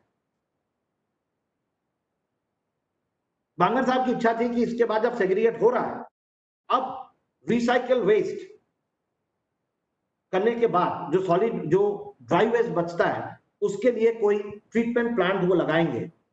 मगर अगेन उन्होंने शायद बहुत अच्छा काम कर लिया नागपुर, उनका तबादला हो गया। अभी वो नवी मुंबई के कमिश्नर साहब है। लोगों को लगा कि यार ये तो बहुत अच्छा काम कर रहा है, बहुत अच्छा काम करने से तबादला होता है, ये थोड़ा सा प्रॉब्लम है। हो गया उनका तबादला। Now coming to the most important topic आज के परिप्रेक्षित में, COVID pandemic and impact on environment. This is the last topic of today, COVID. सबसे पहले अगर हम देखते हैं एयर क्वालिटी इंडेक्स, मैं आपको बता दूं एयर क्वालिटी इंडेक्स क्या है। अगर हम वायु प्रदूषण की बात करें तो देयर आर वेरियस पैरामीटर्स जो एयर पोल्यूटेंट्स है, जिसमें सस्पेंडेड पार्टिकुलेट मैटर्स है जो दो भाग में है, एक एसपीएम है, एक आरएसपीएम है। रेस्पायरेबल सस्पेंडेड पार्टिकुलेट मैटर, जिसके साइज बहुत छोटे होते हैं, जो हमारे नाक के अंदर से अंदर चले जाते हैं, हमारे ब्लड तक पहुंच जाते हैं। जो इसके सिवा काफी पोल्यूटेंट्स है, oxides of sulphur, oxides of nitrogen, ozone, methane, benzene, बहुत सारे हैं। इन सबको मिला के एयर क्वालिटी इंडेक्स बनाया जाता। हमारे शहर में बड़े बड़े चौक में बोर्ड लगा हुआ है, आप देख सकते हैं आज का एयर क्वालिटी इंडेक्स कितना है। आप स्टेट पोल्यूशन कंट्रोल बोर्ड के वेबसाइट पे जाएंगे, वहां भी आपको दिख जाएगा। और अगर आप CPCB, central pollution control board के उसमें जाएंगे तो वहां भी आपको ऑल ओवर इंडिया के अलग अलग शहरों के एयर क्वालिटी इंडेक्स दिख जाएगा। नागपुर शहर में मार्च के महीने, मार्च अप्रैल में एयर क्वालिटी इंडेक्स 150 रहता था। हम आपको बता दें कि अगर 200 के ऊपर गया तो आप पुअर हो गए, और जितने आप ऊपर जाते जाएंगे सीवियर, वेरी बैड, सीवियर, ऐसे करके आप आगे जाएंगे। तो हम 150 170 पे रहते थे, बाउंड्री लाइन केस गर्मी में। लॉकडाउन के दौरान झट से ये नीचे उतर के 70 पे आ गया। कैसे? क्योंकि इंडस्ट्रियल यूनिट्स वर शट, कोई इंडस्ट्रियल एमिशन नहीं है, रास्ते में हार्डली कोई व्हीकल है, सॉलिड वेस्ट बर्निंग, जो लोग जला देते हैं सॉलिड वेस्ट, जब दुकानें बंद है, घरों से निकलना मना है, तो रास्ते में सॉलिड वेस्ट जल नहीं रहे थे, और टूरिज्म एट हॉल्ट। ये बेसिक्स था जिसके कारण हमारा एयर क्वालिटी इंडेक्स इतने नीचे आ गया। हमने तो फेसबुक पे ये भी देखा कि लोग कह रहे हैं कि कहाँ पंजाब में कैसे तो अभी हिमालय देख रहा है। आई डोंट नो है, ये हो सकता है कि नहीं हो सकता, पता नहीं। कुछ लोगों ने ये भी बोला कि हमारी नदियां एकदम स्वच्छ हो गई। ये सब मेरे ख्याल से सोशल मीडिया गॉसिप है, क्योंकि गौर करें, इंडस्ट्रियल यूनिट्स बंद थे तो इंडस्ट्री का वेस्ट वाटर नहीं निकला, मगर हमारे घरों से तो सीवेज निकल ही रहा है। और भारतवर्ष में ऐसा कोई भी शहर नहीं है जो पूरे सीवेज को ट्रीट कर रहा है। तो इंसान घर के बाहर रहे या घर के अंदर रहे, सीवेज तो निकलेगा ही, और वो सीवेज फाइनली नदियों में जा ही रहा है। तो जब आपका नदियों में सीवेज आ रहा है, टॉयलेट, बाथरूम, किचन का वेस्ट पूरी मात्रा में आ रहा है, तो आपकी नदियां इतनी स्वच्छ कैसे हो गई, निर्मल कैसे हो गई, जैसा हमारे फेसबुक, ट्विटर, इंस्टा में आ रहा है। हाँ, इंडस्ट्रियल वेस्ट वाटर का आना कम हो गया, कंडीशंस बेटर हुए, पर एकदम स्वच्छ हो गया फलाने जगह से हमको हिमालय दिखने लगा, ये थोड़ा ज्यादा हो गया मेरे को लगता है। Yes, it might got reduced, not completely stopped. Absolutely reduced. मेरा सेकंड पॉइंट वही है कि our water bodies got relatively clean. Sewage तो आ ही रहा था, रिलेटिवली क्लीन हुआ। हाँ, एक चीज देखने लायक था, other species breathing freely as human race was confined to four walls, और हमारे एंथ्रोपोजेनिक एक्टिविटीज मतलब वो एक्टिविटी जिसमें पोल्यूशन होता है, वो भी काफी कम हो गया, जिससे जो बाकी स्पीशीज है वो खुल के जीने लगे।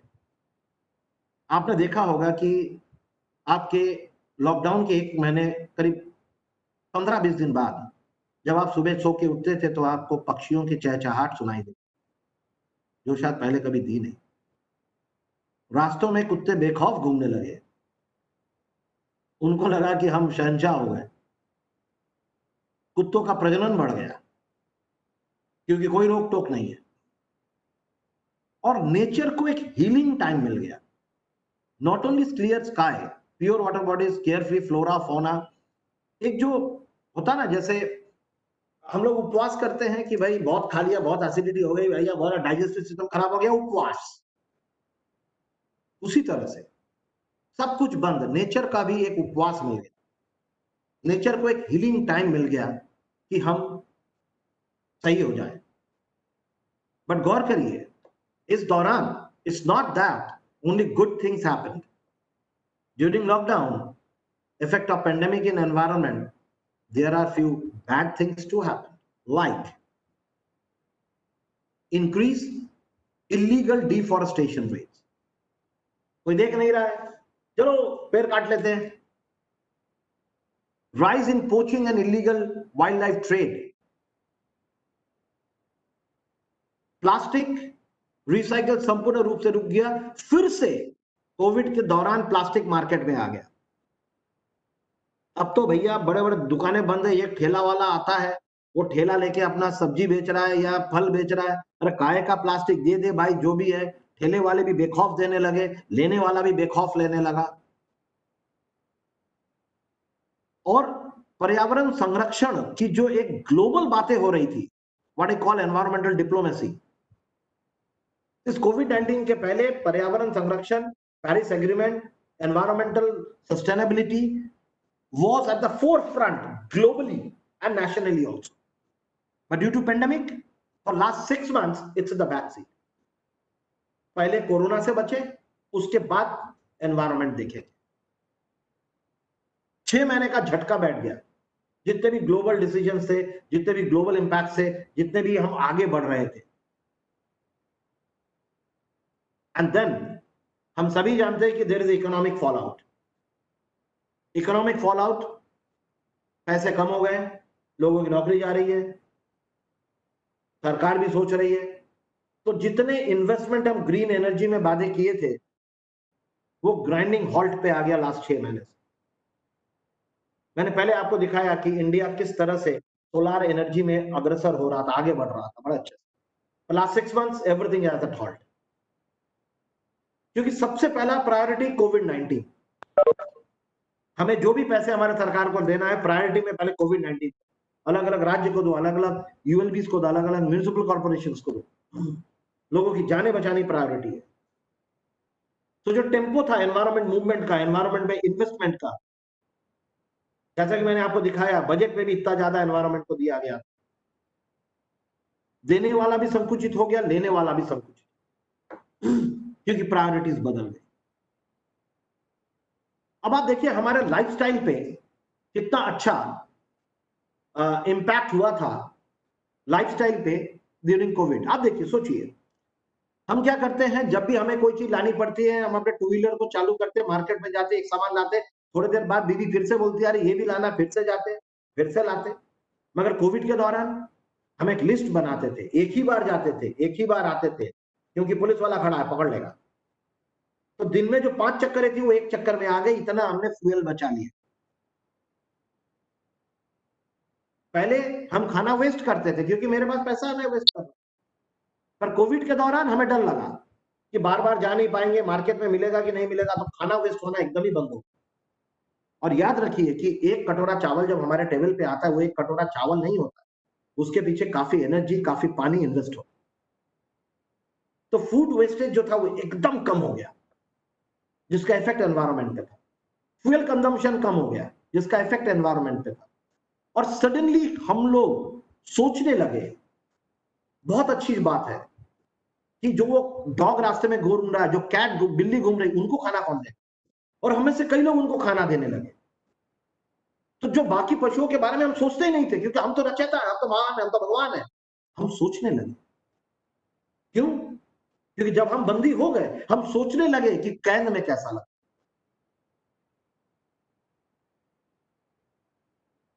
आगे बढ़ते, एक और थ्रेट जो अभी आ रहा है वो है मास्क, ग्लव्स, पीपी किट. ये पॉलीप्रोपिलीन होता है इसके अंदर में, ये डिग्रेड नहीं होता. और देखिए हर शहर में, नागपुर में भी है कि हॉस्पिटल वेस्ट को अलग से पिकअप किया जाता है. हमारे यहां भी सिस्टम है.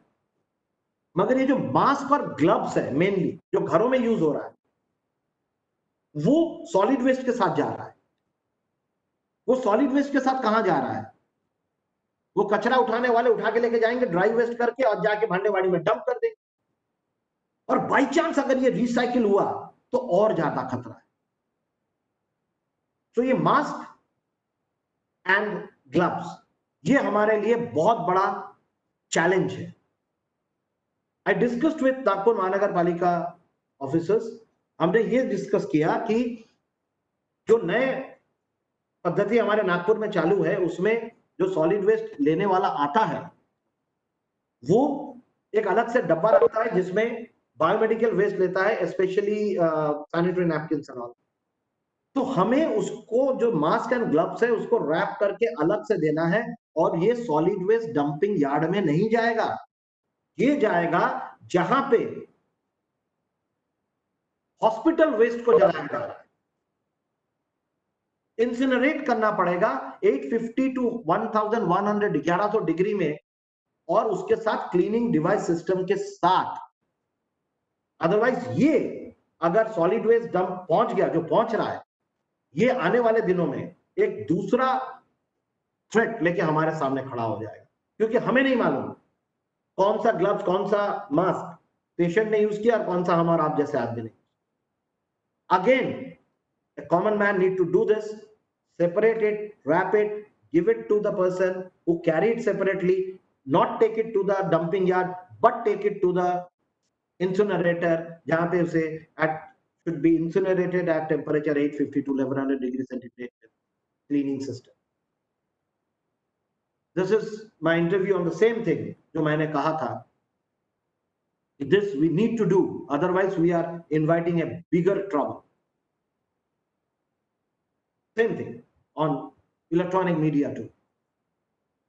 And last but not the least, the last slide, that is sustainable development, which was described long back in Brundtland Commission, कि आज जो भी हमारे नेचुरल रिसोर्सेस है उसे हम उतना ही यूज करें जितना हमें जरूरत है। अगर हम जरूरत से ज्यादा यूज कर लेंगे तो आने वाले प्रजन्म के लिए कुछ नहीं बचेगा। तो वो हमसे ये सवाल जरूर पूछेंगे कि अगर ये पृथ्वी रहने लायक नहीं था तो आपने हमें इस पृथ्वी पे क्यों लाया। बट उम्मीद है कि बदलाव हो रही है, बदलाव आ रहा है, और हम हमारे ग्रीन विजिल फाउंडेशन की तरफ से यही उम्मीद करते हैं कि बदलाव बहुत धीमी आहट से आता है। महसूस करो, एहसास होगा। थैंक यू सो मच मुझे सुनने के लिए। अब कोई सवाल हो तो बेशक आप पूछ सकते।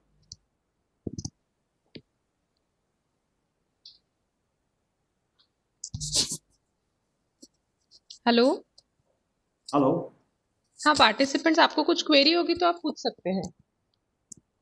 Yes, sir. Very nice and informative lecture, sir. Very madam interesting. थोड़ा सा एक मिनट मैडम, थोड़ा इंट्रोड्यूस करिएगा। ये क्या SMDC DK ऐसा ही दिख रहा है? वो DC में है, उससे डॉक्टर रंजीता चैटर्जी। ओके। ओ वांगू बंधु, वेरी गुड, बोलिए। Yes. Sir, one more thing, as you told about plastic, the problem regarding the plastic Yes. waste. In Jamshedpur, one very good initiative has been taken. Yeah. I don't know whether it is feasible or practical for each and every city or not. That is, they have made the road out of plastic waste. Right. So I have sent the link of YouTube also. Okay. I know this. I know this Yes, because it's very nice. क्या है madam, मैं बहुत खुशनसीब हूँ कि मैं नागपुर शहर में रहता हूँ और हमारे यहाँ पे विजनरी नितिन गडकरी जी रहते हैं, जो हमारे रोड के मिनिस्टर भी हैं, और उन्होंने ये कंपलसरी किया हुआ है कि आपको 10% प्लास्टिक यूज करना पड़ेगा आपके रोड बनाने के लिए। और ये एक इनिशिएटिव शुरू हुआ है। आपने बहुत अच्छा किया, आपने बताया, जान के खुशी हुई कि जमशेदपुर में हो रहा है। और ये माननीय नितिन जी गडकरी जी का विजन है कि प्लास्टिक को रीयूज करने के लिए रोड बनाना। बट क्या है मैडम, देखिए अभी रोड ये बन रहे हैं, पर जब एक रोड बनता है तो रोड की लाइफ हम कम से कम 10 साल पकड़ते हैं। ओके, तो एक बार ये बनना शुरू हुआ है, बट ये कामयाब है कि नहीं है ये हमें पता चलेगा आने वाले 2-3 साल। क्योंकि कॉस्ट इकोनॉमी जुड़ा हुआ है। एक ये तो बहुत अच्छी बात है कि प्लास्टिक हम यूज कर पा रहे हैं, मगर जो रास्ता समझ लीजिए 10 साल में फिर से बनाना पड़ता था, उसे अगर 5 साल में बनाना पड़े तो शायद कॉस्ट इकोनॉमी नहीं बैठेगा। बट प्रयास बहुत अच्छा है, आपने अच्छा किया बताया, और माननीय नितिन जी गडकरी ने ये काफी जगहों में इसका प्रयोग करने के लिए उन्होंने इंसिस्ट किया है, और देश में काफी जगहों पे ये हो रहा है। और हाँ, मैं ये बताऊं आपको, नेपाल में भी ये हो रहा है। That's very surprising.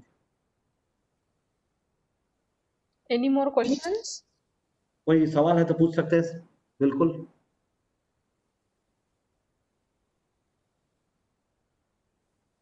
नहीं है कोई। कोई भी सवाल, I am open to any sir, question. एक और क्वेश्चन, आपने अभी बायोमेडिकल वेस्ट के बारे में बताया तो मुझे थोड़ा सा याद है कि हम लोग जो मेडिसिन खाते हैं घर पे, तो वो मेडिसिन के जो छिलके रहते हैं वो जनरली हम लोग सॉलिड वेस्ट के साथ ही डाल देते हैं। So Right. What should we do actually, because there is no separate bucket for biomedical waste here, तो वो see this actually is a वो वेरी इंपॉर्टेंट क्वेश्चन, आपने बहुत सही सवाल दिया है। यहाँ तक कि हम तो शायद घरों से जो सैनिटरी नैपकिन्स निकलते हैं, या समझ लीजिए कोई if somebody is using some bandage और समथिंग, वो भी हम सॉलिड वेस्ट में देते हैं। And that is why in Nagpur, when this solid waste tender was being finalized, उस समय ये compulsory किया गया by Shri Abhijit Bangar that along with the wet waste and dry waste, आपको एक अलग से डब्बा रखना पड़ेगा for biomedical waste। और सारे लोगों से अपील की गई थी कि आपके घर के जो भी दवाई या बैंडेज या मेडिकल वेस्ट, इन सब से अगर जुड़ के कुछ रहता है तो आप अलग से उसे देंगे, जो कचरा उठाने वाला आएगा। System was in place in Nagpur in a very good way, but later COVID interfered and सब कुछ तहस-नहस हो गया। बट ये एक बहुत अच्छा उपाय है कि जो कचरा लेने आता है आपके घरों में, उनके गाड़ी में एक अलग से बॉक्स लगना चाहिए फॉर द बायोमेडिकल वेस्ट, जिसमें दवाइयाँ, बैंडेज, सैनिटरी नैपकिन सब कुछ है, mask, gloves. Okay, sir. okay, so thank you. Thank you, sir, for very informative and elaborative lecture. मैं जरा इसको शेयरिंग स्टॉप करता हूँ। हाँ सर, हाँ सर।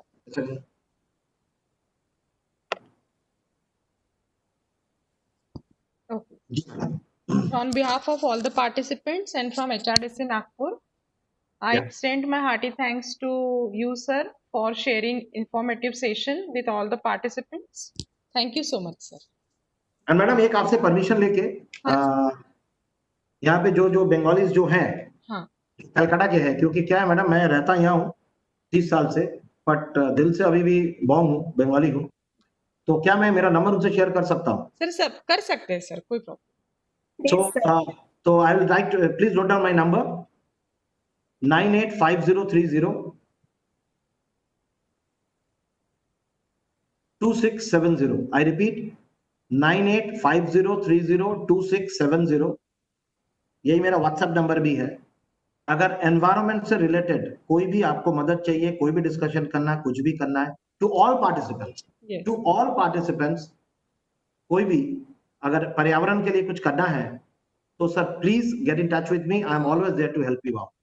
थैंक यू इसके सर। सिवा, क्योंकि हम एकेडमिक स्टाफ कॉलेज से बहुत सालों से जुड़े हुए हैं, और इसमें क्या होता है प्रीति मैडम, ये थोड़ा सा ना मतलब जब सामने लोग नहीं रहे ना, तो थोड़ा हम थोड़े पुराने जमाने के हैं, शायद थोड़ा सा अजीब लगता है। दुनिया तो इसमें चल रही है, बट वही है कि मेरा एक उद्देश्य होता है कि लोगों तक पहुंचना। तो अगर एनवायरनमेंट से रिलेटेड कभी भी किसी को कुछ लगे, अच्छा गुणवंत गडेकर जी भी हैं, ये तो हमको सुन चुके हैं, वाह, अभी मेरे को उनका नाम दिखा, कुछ नाम पहचाने वाले आ रहे हैं। So be in touch. Yes. And thank you so much. Thank you so much. Sure. Thank you. Thank you, sir. Thank you, sir. Thank you, ma'am. Okay. Friends, there are few instructions. Madam, I can leave? Yes, sir. Yes, sir. Thank you so much. Thank you. Thank you.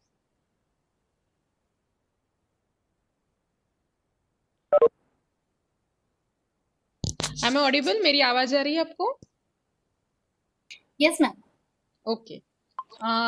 आज के अपने sessions के आप please audio of रखिए सब लोग, नहीं तो वो इको आता है। आज के अपने लाइव सेशंस अभी खत्म हो गए हैं। कल अपनी छुट्टी रहेगी संडे की। मंडे आप लोगों ने टाइम टेबल देख लिया होगा जो मैंने व्हाट्सएप ग्रुप में डाला है, सेमिनार का time table. Monday first session will be a seminar of zoology of I think 5 participants are there. नाम आप लोग देख लीजिएगा लिस्ट में से। मॉर्निंग सेशन में अपना सेमिनार रहेगा। सेमिनार है इसका मतलब ये नहीं कि बाकी के पार्टिसिपेंट ज्वाइन नहीं करेंगे। Everybody has to join on our regular timing 10:15। सबको प्रेजेंट रहना है सेमिनार के वक्त भी, और 12:30 बजे अपना लाइव सेशन रहेगा।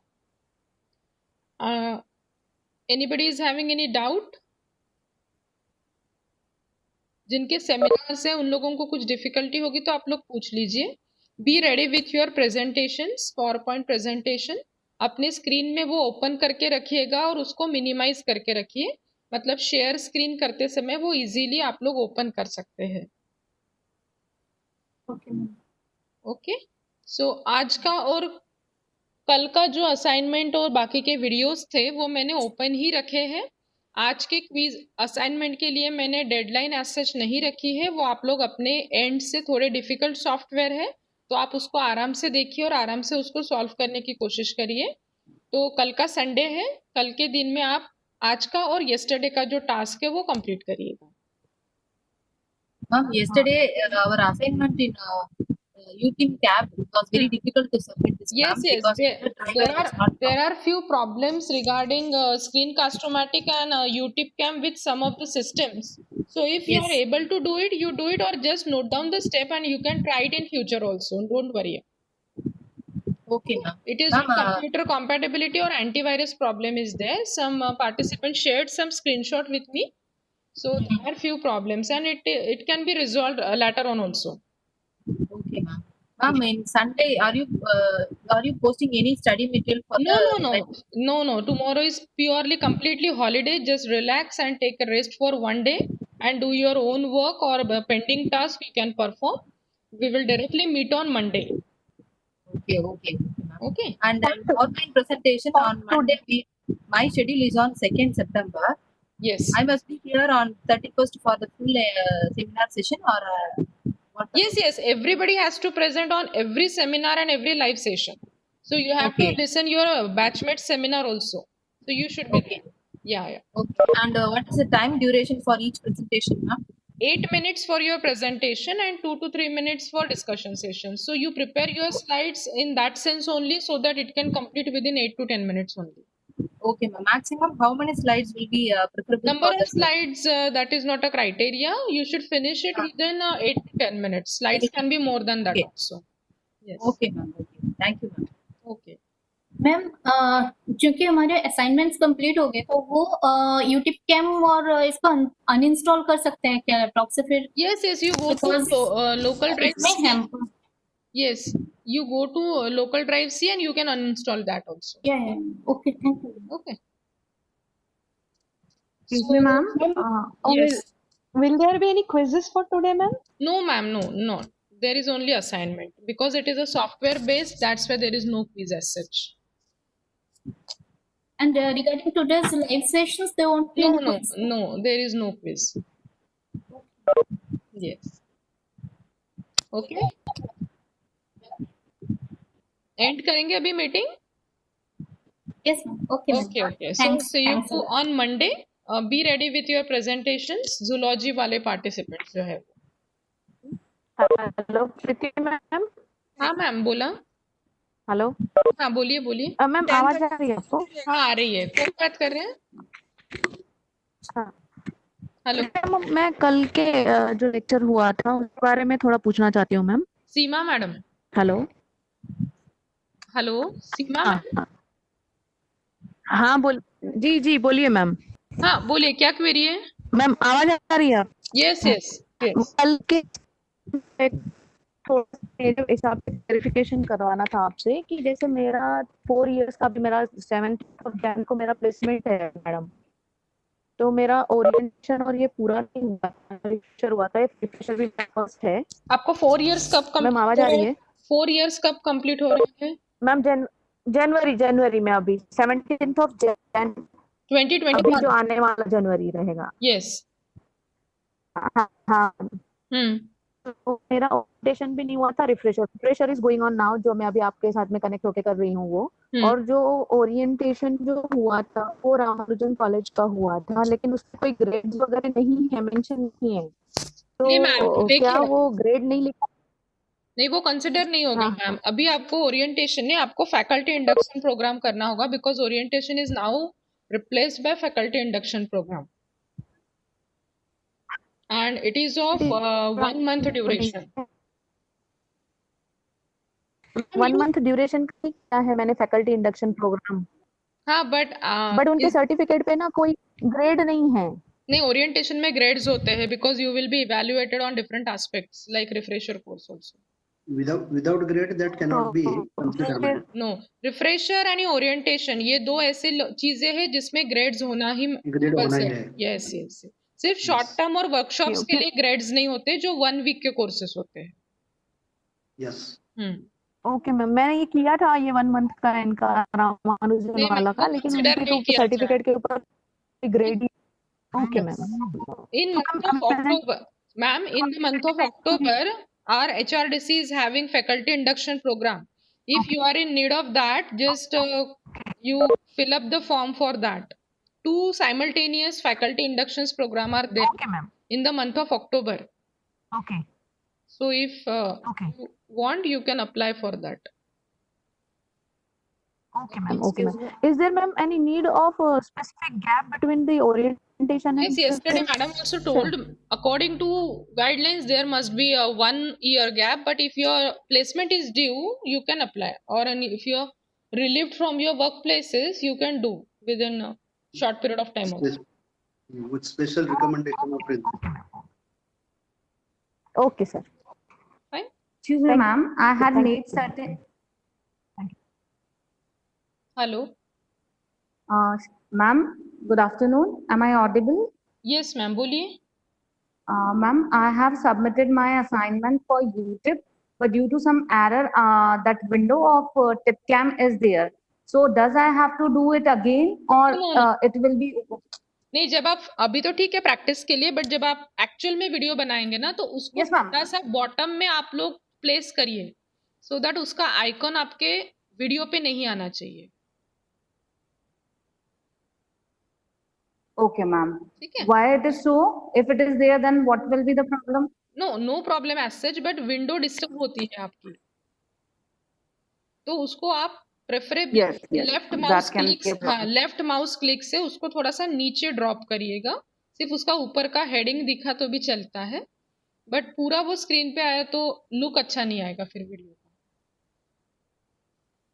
Ma'am, what was the problem? As I have put it on the full screen, it will become again the half screen. So that's why I had just put it there only, and I just, Okay. after starting the YouTube, then I put it on the F5 mode. Okay. That was the thing. And one more thing, I had corrected my name in the list, which is uploaded for the final certification, but then changes are not there. So do I have to do send it again? Yes, you have to send, but send it in group, not personal, because in our groups No. yes ma'am, बोलिए. Hello friends, आपके जो भी Hello? Certificate से, just a minute ma'am, आपके जो भी certificate से related issue है, जो भी नेम करेक्शन, स्पेलिंग, वो सारी चीजें आप ग्रुप में डालिए, क्योंकि ग्रुप में अपने HRDC के ऑफिशियल्स भी है जो करेक्शंस करते हैं, तो उनके पास वो पूरा Yes, डेटा ma'am. जाएगा. अभी एक फाइनल लिस्ट अपलोड की है, उसमें आप केयरफुली देख लीजिए कुछ भी चेंजेस अगर है, क्योंकि अभी वो सर्टिफिकेट प्रिंटिंग के लिए जाएंगे, तो कुछ लोगों ने फिर से भेजा है तो वो करेक्शंस हो जाएंगे. एक बार आप अच्छे से देख लीजिए पूरी लिस्ट. बेसिकली आपको देखना है, आपका नाम रहता है सर्टिफिकेट पे, आपका सब्जेक्ट रहता है, कॉलेज का नाम और यूनिवर्सिटी, ये 4 चीजें आपको अच्छे से देखनी है. पोस्टल एड्रेस कुछ भी मतलब उसमें ज्यादा चेंजेस नहीं रहे तो भी चल जाएगा, बट बेसिकली आपका नाम, कॉलेज का नाम, सब्जेक्ट और यूनिवर्सिटी, ये 4 चीजों को आपको अच्छे से देखना है स्पेलिंग करेक्शन के लिए. Okay, ma'am. Thank you, ma'am. ठीक है. Okay. Yes, So ma'am. now I am ending the meeting. We will meet on Hello, ma'am. Monday. हाँ हेलो सर. मैम. हाँ. मैम, यूनिवर्सिटी का नाम तो वहाँ पे लिखा ही नहीं है. पार्टिसिपेंट नेम, होम एड्रेस और subject communication and email. List में है ना सर, लिस्ट में होगा. लिस्ट में आपका नहीं है नाम है, मैम वहाँ उसके लिस्ट में आपका नाम है, आपके नाम के नीचे आपके कॉलेज का नाम है सर. हाँ, कॉलेज हाँ का नाम है. मैम, हाँ, कॉलेज का नाम है तो उसमें यूनिवर्सिटी आएगी ना, नहीं तो कॉलेज के नाम से फिर देखा जाएगा इनको यूनिवर्सिटी कौन सी है. हाँ नहीं, हाँ उसमें इसमें नहीं आया है मैम, इसीलिए पूछ रहा ठीक है ना. आपके इसमें आपने जो फॉर्म सबमिट किया है ना सर, था. हाँ. उसमें है वो हो जाएगा corrections. Okay ma'am. Okay. Thank you. So now I'm ending finally. If any question is there, hello हाँ मैडम बोला। हाँ मैम, ये जो सर्टिफिकेट है पोस्टल एड्रेस पे आएंगे? हाँ मैम, सर्टिफिकेट के लिए ना मैं आपको और एक फॉर्म दूंगी जिसमें सर्टिफिकेट के लिए एड्रेस नहीं, पे आएगा क्या? यस पोस्टल एड्रेस के लिए मैं आपको फिर से गूगल फॉर्म पोस्ट करूंगी नेक्स्ट वीक में। जिनको सर्टिफिकेट्स HRDC में आके लेना है उन लोगों के लिए तो पोस्टल एड्रेस का प्रॉब्लम नहीं रहेगा, तो वो फॉर्म आपको प्रॉपरली फिलअप करना है। मैं वो सेकंड लास्ट डे वगैरह मैं वो पोस्ट करूंगी जिसमें लिखा रहेगा whether you want to have your certificates by post or by hand you can collect it। so वो फॉर्म में आप postal address with pin code बराबर डालिएगा। Okay ma'am. मैम एक्चुअली आज मेरे मोबाइल में वेबएक्स नहीं चल रहा था हाँ, और उसमें जूम एक्स चल रहा था। आप एक बार मैंने दूसरे रिफ्रेश करिए या तो री इंस्टॉल करिए, कुछ अपडेट्स होंगे उसमें। रीइंस्टॉल भी किया फिर भी नहीं, कनेक्ट ही नहीं हो रहा है वो।